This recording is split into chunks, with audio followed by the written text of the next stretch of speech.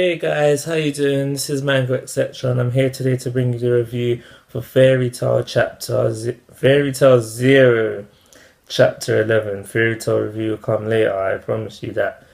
But yeah, in this chapter, it's basically about Mavis and Yuri. Yuri wakes up, he's a bit confused at first, and then he starts to remember what happened, and he's like, "Where's Mavis? Where's Mavis?"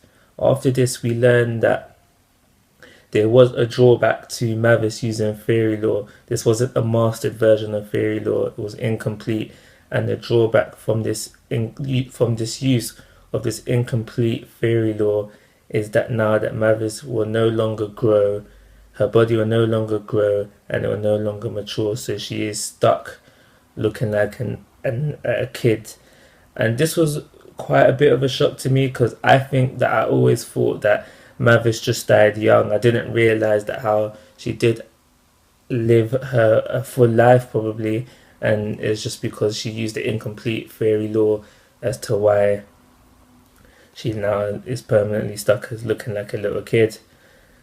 But after this, we do get a conversation between Mavis and Yuri, and this conversation is about how Yuri feels guilty for the fact that now Mavis is now stuck like this. We learned that how he was going to just slip away with the Tenru Jade once he got the chance, and he feels guilty for the fact Mavis looks like this. And on the other hand, we have Mavis. She's replying to all of this, saying that how you shouldn't feel this way. I wanted to do it. I wanted to protect my friend. Basically, that's how she's going on. What she's going on saying.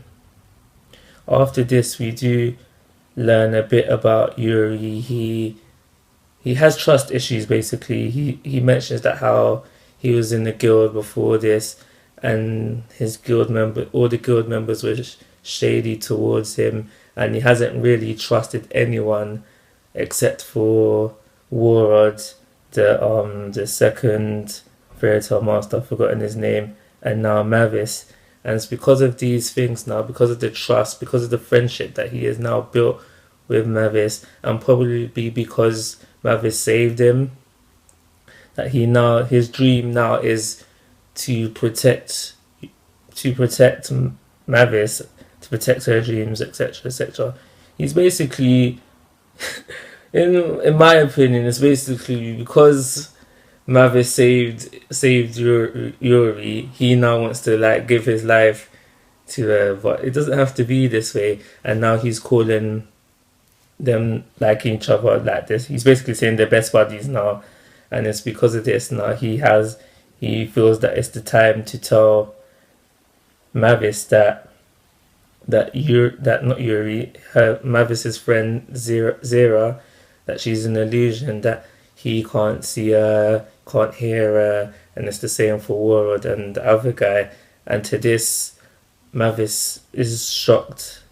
Mavis is very shocked. I can imagine it myself. Imagine think about it. If you imagine how the person you grew up with, all alone on the island with for all this time, you find out how that she's an illusion, that you unintentionally casted on yourself, so for the fact that you don't feel alone.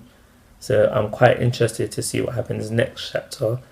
Is Mavis going to be mad about this? Is she going to be upset? Maybe she does know. Maybe she knew, or maybe deep down all along she did know.